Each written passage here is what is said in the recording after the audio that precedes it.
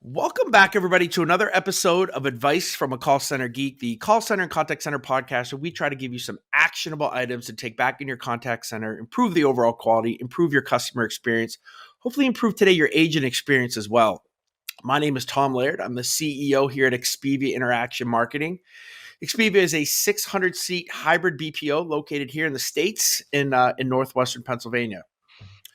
So for all of you guys that have been listeners for a long time now, this is going on about 150 episodes.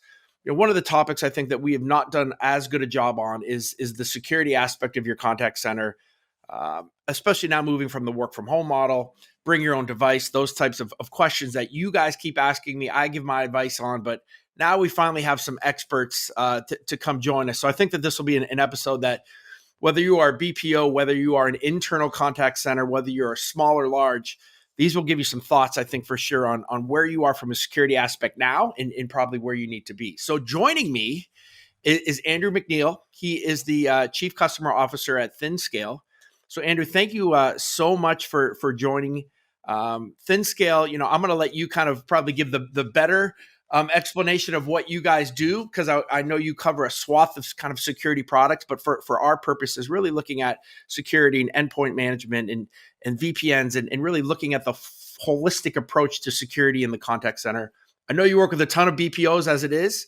So I'll kind of give you the floor here to do a quick intro and talk about ThinScale as well.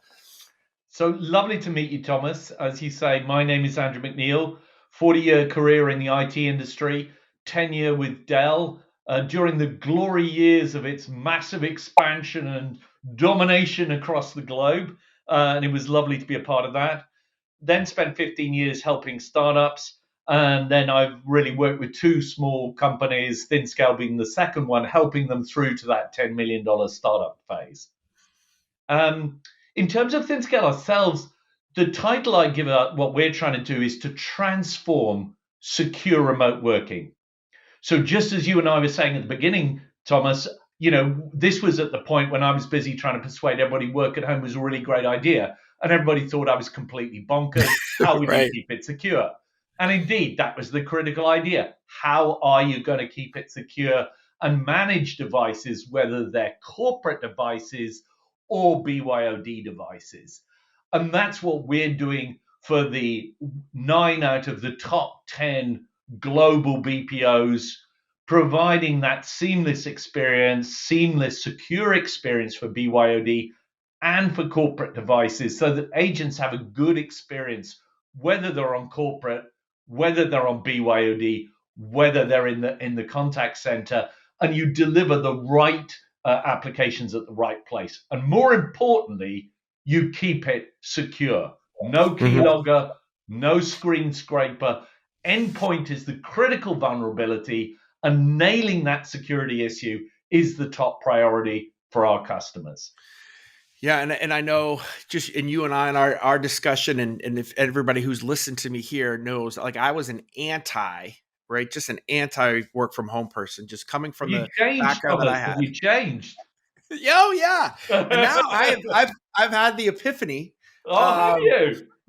I think well, for a lot of us, COVID didn't care whether we thought brick and mortar or work from home was the right way to go. It was, you had to learn how to operate, whether you were comfortable in it or not. And I think a lot of organizations did it kind of, I don't want to say willy-nilly at first, but now they're at the point where it's like, hey, we have to do this right. We have to do it real.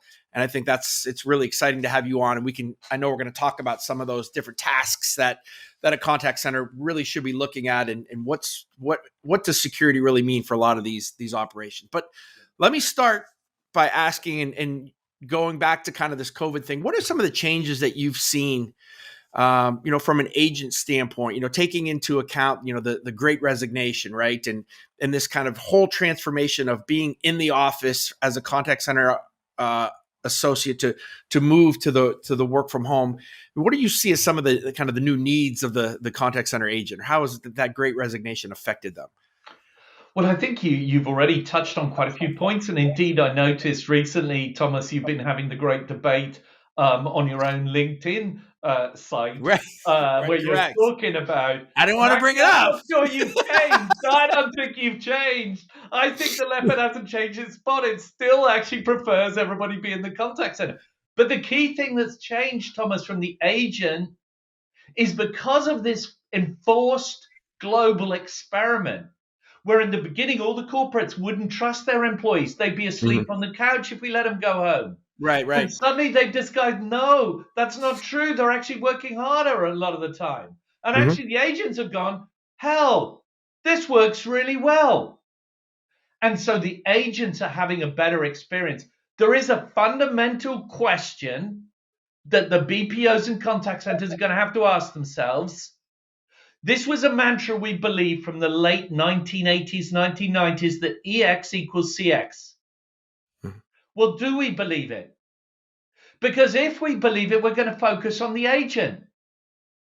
But actually, too often a customer comes along and says, no, I don't want them at home. I want them in the call center. Mm-hmm. And then we don't believe that EX equals CX. Right. So the question is, do we?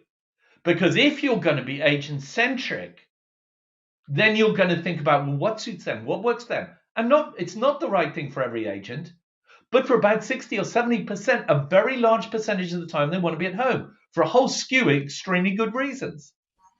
Now, in your post, you touched on a good few where you thought, no, look, it's lovely to have them in the contact center. But the question is, who are you going to give priority to? Yeah. No, you know what? I think you're right. And I think selfishly, and for those Andrew is referring to, it's probably the most viral LinkedIn post that I did an unpopular opinion and basically said, I prefer to have the agents here, not from the standpoint of, we've learned how to operate really well work from home. I think the agents do a great job work from home, but I think selfishly for me walking through this, maybe it's because I'm paying rent on a 40,000 square foot building and there's like 10 of us here. Maybe that has a little something to do with it, but that energy I miss, but we have learned to do it from an engagement standpoint and you can do it. From a work from home standpoint. And listen, I would be the most naive person to say everybody's coming back into the office because even in my operation, that is never going to happen. Correct. So yeah, it's the point of, that's great, Tom, that you want that. But the reality of the situation is, right, if we want agents to be happy to provide that really good customer experience, the work from home model is definitely a model that we need to embrace. It is. And I think, here's a classic example. Lady I'm interviewing, she goes, she comes from Malta. She wants a job as an account manager. She was over visiting her grandparents in Scotland when I interviewed her. Is it okay if I work from Iceland for 2 months? Now, if you'd put that scenario to me 2 years ago, I'd have gone, you're smoking dope. Right. and I was busy going around in January of 2020 persuading all the BPOs, hey, go work at home. And I was talking to one of the FANG guys who had 23,000 employees. And I said, look, you should be doing this. They don't have to come into the call center. He went, you're nuts. I like them in the call center. I can control it, lock it down, control the security. Right. And then I met him in July. I said, Mike, how'd it go? And he said it was a complete shit show. And, he just had all sorts of problems moving the guys at home. So, but now we're all there and we've now got to manage it seamlessly, effectively, efficiently. We've got to recruit people well. We've got high attrition. How do we recruit them well? Get their system well, working correctly, efficiently, and securely. No, I don't disagree. I think it's been I think I used the word epiphany, right? Like I had, and I think I have, right? Because, for us, it's not a matter of the security aspect, the operations, the communication, like everything's there, right? It's just now as an organization, how are you operating it? So before we get into the security aspect, which I think will be the really hardcore meat and potatoes of this, one last kind of work from home thing. You have seen in your organization, you guys are really do a good job of assisting organizations and specifically contact centers from that move. What do you see from an operational standpoint, an efficiency standpoint, a cost saving standpoint, for an organization that is still kind of maybe debating it? Should we bring people back? Like what is the work from home kind of value prop that you've really seen? So The first part of it, I would say, Thomas, is if you contrast shipping corporate devices to using BYOD, the big value prop is if you've got, let's say, 8% attrition, which is what the kind of typical call center is operating, 8% per month. So you're turning over, let's say you've got 1,000 agents, you're turning over 1,000 agents per month. So in that case, you've got to ship 1,000 machines out, you've got to get them back, you've got the logistics, you've got the wiping, you've got the admin, and all the rest of it. So a big part of it, particularly with BYOD, is you don't have to go through all the logistics piece. When people think about it, they think about the CapEx, but that's a fraction of it. The cost of shipping, the cost of device recovery, the cost of the amount that you lose, the cost of imaging, that's where all the operating expenditure goes down, and in terms of management and so on. The other piece is if you're doing BYOD, you can get the agents up and running immediately. So you don't have to wait 3 or 4 days, or by the way, 6 to 8 weeks as the lead times. Sometimes I've heard somebody can't get any laptops at all for a long period of time.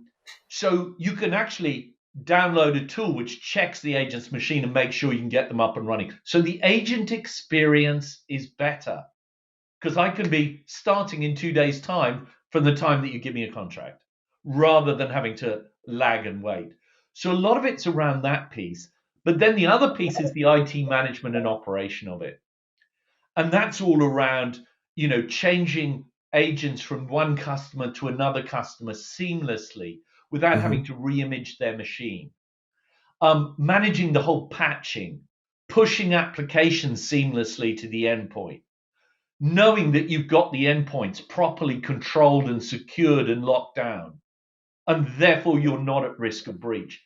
Those are the kind of 3 or 4 core areas in which huge logistics, management, operational, and talent acquisition improvements take place.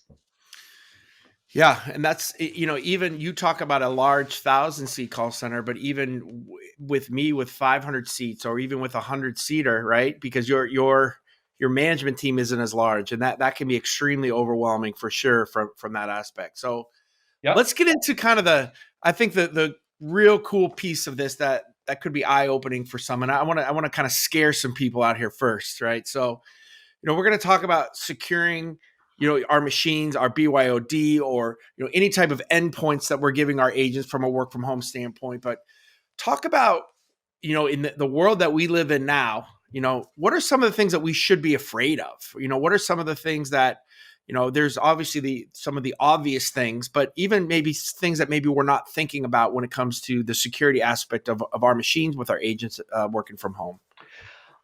To be honest, I think the obvious things that we should be scared about are the things that we probably are scared witless about, and that's security breaches. Right. It's happening much more frequently. There are various headline places where you can see people getting breached. The reputational damage, the effort, energy, management destruction that comes with a breach is very significant. And too often it is coming for simply negligence in terms of endpoint management. Endpoints, particularly at home, are the vulnerable component. They're scattered around all over the place. They're on all sorts of different networks. And too often they're accessing corporate devices without the proper controls on the endpoint. So those are the very obvious risks. Yeah, no, that's the stuff that definitely keeps, I know, operators, call center managers, supervisors, definitely BPOs up at night, because we can't make one mistake, right? You can't make one mistake because even if it's with one client, that gets out everywhere, and from an operational standpoint, you're in trouble. Yeah, and I think it's a bit like, if you've got a whole line of cars and some of them really well secured, another one's badly secured, the boys break in at the badly secured one. Yeah, right. And there's a whole bunch of people running around with very loose swimming trunks on that are going to come off. Right. And they're not doing enough to put them on and tie them up. And so, and you can see, you only have to go, Google security breach, and you can see them. Yeah, I think all of us are getting emails too on Yeah, data and things that have been taken from us all the time, for sure, from these very large organizations, yeah, right? That should have all of this stuff in place. yep, So, all right, let's kind of talk about that. When I talk to a lot of colleagues in the space, most people their setup is basically maybe some virus protection, right? Maybe there's a VPN, right, that they think is the secure way to connect to their network, and that's kind of where they leave it at. Can you kind of talk to why that's not good enough, and what are some of the things that we should be thinking about when it comes to the security that we actually need from an endpoint process for our agents? yeah. I think the answer I would give to customers, and this comes up quite a bit, I've got VDI VPN, I'm good to go. And I think my response to that actually was one of the best guys on the digital workplace infrastructure at Gartner is a guy called Stuart Downs. And he was at a Citrix seminar where somebody was saying, "Oh, looky there, work at home, VDI, VPN, I can have many more BYOPC in my estate." And his point was, yes, but make sure you've locked down the security of the endpoint because of keyloggers and screen scrapers. Because if you've got VDIs and VPNs, but you've got a keylogger running on the Mm-hmm. endpoint, then all it's doing is taking off the data, and particularly, most tragically, taking off passwords as agents are keying them in. And so you're effectively handing the keys to the castle out to other people if you don't have those kind of things properly secured and properly locked down. And then, taking that another step, let's just say, I say, hey, Andrew, I have a 500 or 1,000 seat BPO or internal call center, right? I know we focus a lot on BPOs, but you're working with a ton of different type of contact centers as well Correct. that could be internal. And I say, what are the first things that you would do when you look at my operation, when you look at, a potential new customer? What are the things you're going to talk to them about? What are the things that you're going to say, hey, we need to do this? Like, is there an order of things that you would say, hey, these are the priorities? Or how would that work if you have a new customer come to you? So I think, well, clearly the first place is to look at your current operation and your focus and what are your goals and objectives. Generally speaking, people are coming to us with known issues, or they're dealing with a particular customer. They want to satisfy a certain set of Andrew, needs. let me ask you, that's a really good, not to interrupt you, but do you see customers coming to you because they already screwed up, right? They already had a breach, or is it normally like somebody that's ahead of it? Like, is that a big new customer? 100%. I was having that conversation this morning, Right. and with Yeah. a company that very large, and to my mind, really what should be doing is making instantaneous response. Right. Um, but so yes, we are dealing with that kind of issue, and where people are kind of seeing the potential. But you do see people who are saying, "Oh, I'm willing to take the risk," which to my mind is complete insanity, because the gamble just it's saving 2 grand and risking 2 million, um, Right. which Right. which which seems nuts. But I think what we're trying to do is then say, okay, understanding your parameter, understanding your operations, what geos do you work in, how many agents have you got, what countries, what type of businesses are you trying to serve, what are the key things here, how do you support your machines currently, are you doing BYOD or just corporate device? So depending upon the setup and structure, what we're then trying to do is bring best in class from the world's BPOs, so that we can say, well, look, if you want to do this, this is what best in class looks like in terms of talent acquisition, business development and customer communication, agent communication, satisfying the agent that this is going to work well, giving them comfort. In terms of operations, how do you deploy? How should you set it up? Giving them advice about how to configure what is quite a complex security piece in terms of a profile. So we'll help them go, here, that's best in class in terms of how you do it. And then in terms of an IT point of view, how do you control and manage your Windows patching, and to the point that you mentioned, ensure your antivirus is up to date? And controlling all of that seamlessly from a single central point of glass. Can you talk there? There's a lot of listeners here too that don't have, that are 30 seats, that are 50 Yeah. seats, that are 100 seats. Can you talk to them about, when we talk about locking down an endpoint, like I'm sure there's some of you that don't really understand what that means, right? Can you just real briefly for some of the listeners here that may be a little bit newer to the space, or Yeah. when you say lock down an endpoint, like what does that really entail? What does that mean? What does that look like? So, okay, let's dive a little bit onto the technical side. Effectively, what it means is if I've got my own personal machine and you want to lock it down, at the moment I've got admin rights. I could do anything that I want to that machine. Mm-hmm. So what we're going to do on that Windows machine is log you out of your admin rights profile, and we're going to log you in to an extremely low privilege profile that we control from a management console that most of our customers will have in their own cloud setup, which is where they control all of the endpoints on their estate from. Logged into that low privilege profile, you then only have access to those applications that the IT department have allowed you access to. That could be simply a Citrix Mm-hmm. storefront and you go straight through to your Citrix VDI. Or it could be that you put soft phones and things like that locally onto the Windows endpoint, and so you can access those. But then we're running, we only allow you access to a very limited number of Windows binaries so that things like keyloggers and screen scrapers cannot run.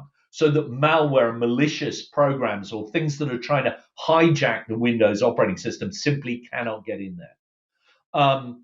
So then you're in this highly secure, highly controlled environment as long as you're working. And then when you log out, it logs you out of that low privilege profile and then gives the agent back their machine for them to do exactly what they want with as it was before. So it keeps these two worlds entirely different, and yet they're interconnected. And is there a huge IT undertaking with that? Like, it could a 100 seat center be totally fine with operating that? Is there, what is the kind of the use, or the, I Yeah. guess, the knowledge from an IT standpoint for this? I would say the typical sort of, anybody who's running an IT operation Would be all for a right. call center, 40, 50 people, we might need to be giving them a good bit of support and Yeah. encouragement, direction, and training and so on. But we do that for, we've got, BPOs and call centers with 50 to 100 people, and their IT folk are perfectly able to. Fine. Yeah, I think we're pretty used to operating in the Yeah, cloud and those types of yeah, things now. exactly. All right, so you've proved me wrong, and I think you've been right on a bunch of topics. Here's another one that I need you to change my mind on, and I think you've already kind of done it. But like many call center operations, we are giving from the exact reasons that kind of you've very eloquently kind of talked about. We are giving our devices right to our agents, right? So they're taking an Expedia computer, they're training here on it, they're bringing it home, or we're just sending it to them, they're training at home. Yeah. So let's talk about BYOD. Hmm. Tell me why I'm wrong. Tell me Hmm. why I'm crazy. Tell me why it is not the best operational expense and engagement and kind of experience for my agents as well from giving them their own device. Basically, make the case for BYOD in today's environment from a security aspect and then from an operational standpoint. I think we covered it probably pretty much from a security, but there are three key reasons I wanted you to think about, Thomas. Okay. One, the massive economic improvement. Two, the contribution to the planetary footprint, your carbon footprint. Hmm. And three, in terms of your speed of getting agents operational. So those are the three biggies. You'll save a ton of money, you'll help the planet, and you'll be able to get agents recruited much faster. What about, Andrew? What about companies that come to you and say, "Listen, I've made so much CapEx, right? I've made such an investment on these machines already." Yeah. How do you talk that through, or how do you justify that? What does that conversation go? So let's take a slightly larger number because the numbers are easier then to work through. So let's say I've got a BPO with 5,000 agents, or a call center with 5,000 agents. So, and let's say they're running their amortization program over 5 years. Though, to be honest, most of them with laptops, it's actually 3. Right. Another reason not to trash the planet.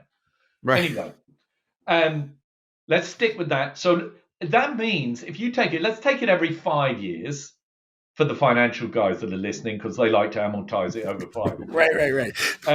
Right. So that's 1,000 devices a year. So let's say that your acquisition of those was proportionate over the years.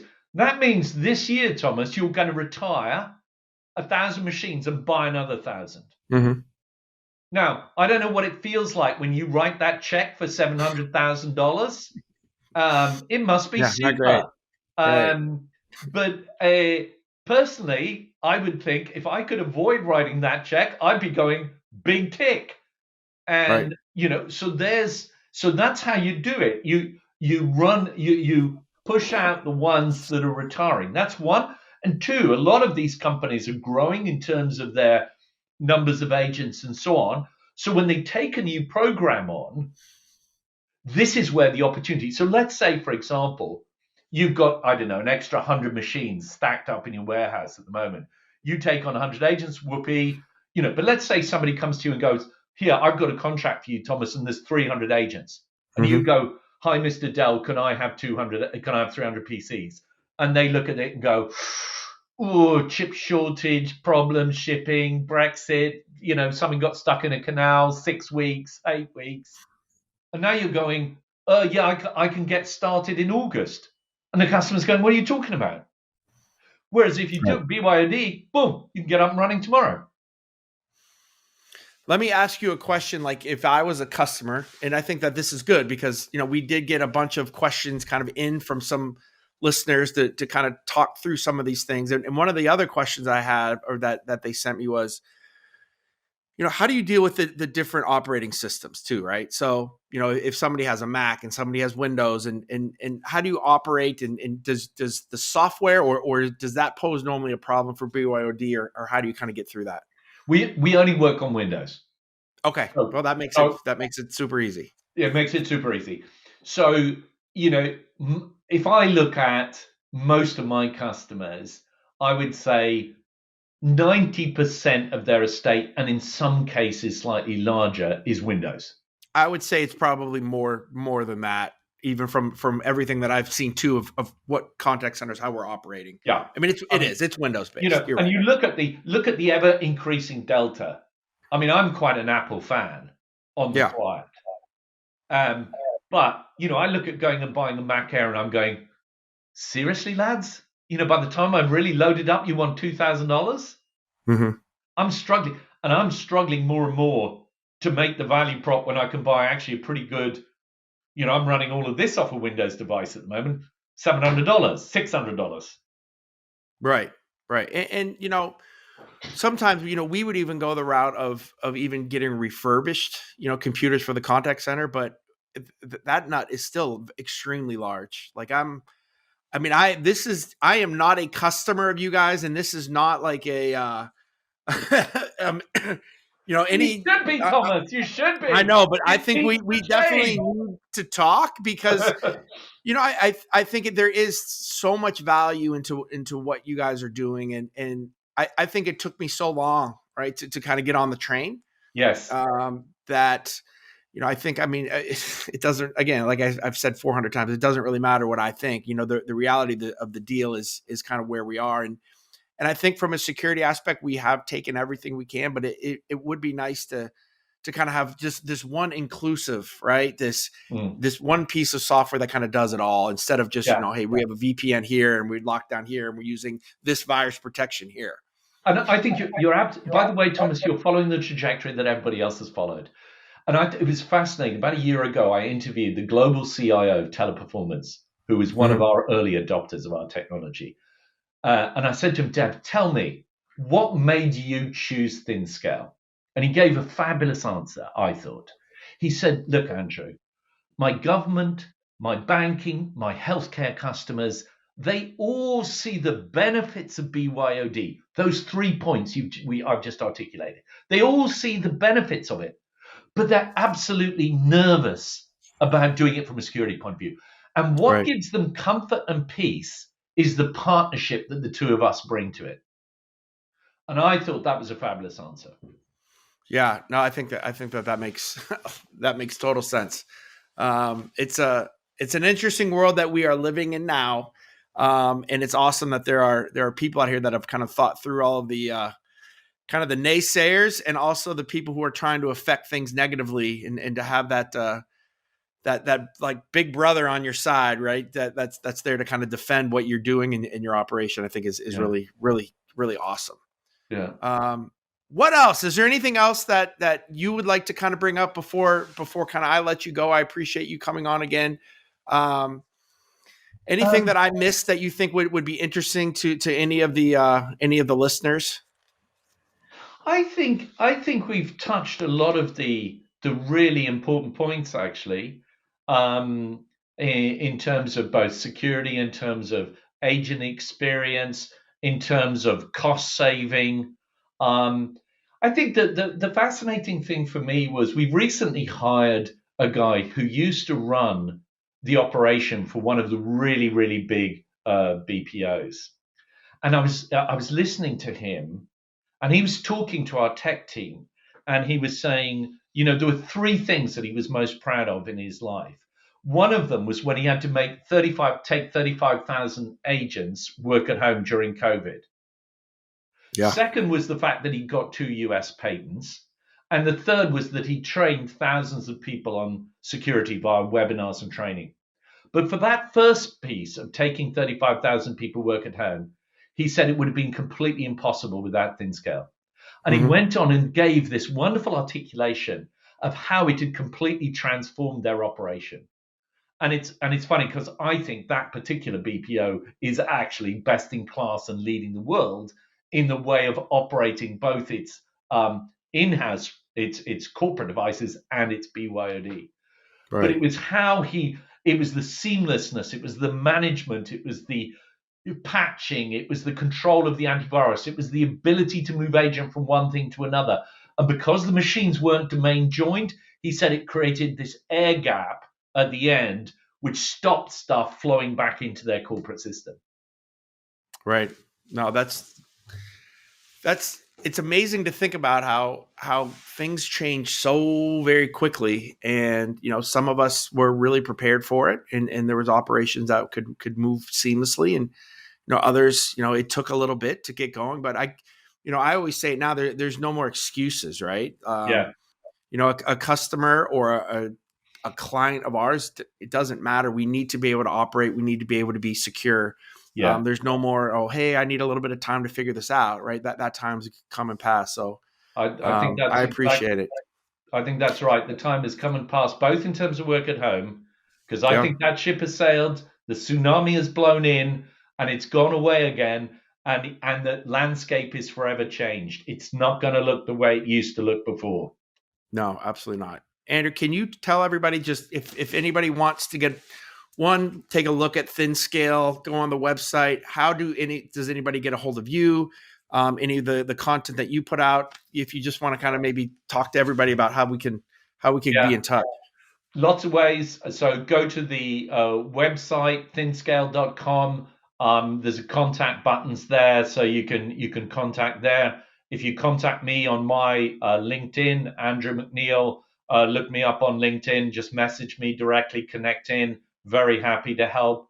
Or even just email me directly. My email is andrewmc@thinscale.com. All right, Andrew. Well, hey, I really, really appreciate it. I'm sure the listeners do too. This is going to get a lot of feedback, and I'm sure we're probably going to have more questions. So we might even have you on here, for a Okay. second time as the year goes on for some other questions. But again, thank you so much for joining, and a lot of value there. I've really enjoyed our conversation, Thomas. It's lovely to meet you, and fabulous set of questions you had for me, and look forward to the listeners' questions. All I'm right, sure Andrew. they'll be contentious. Yeah, hopefully not too bad. All right, Andrew. Thank you. Okay.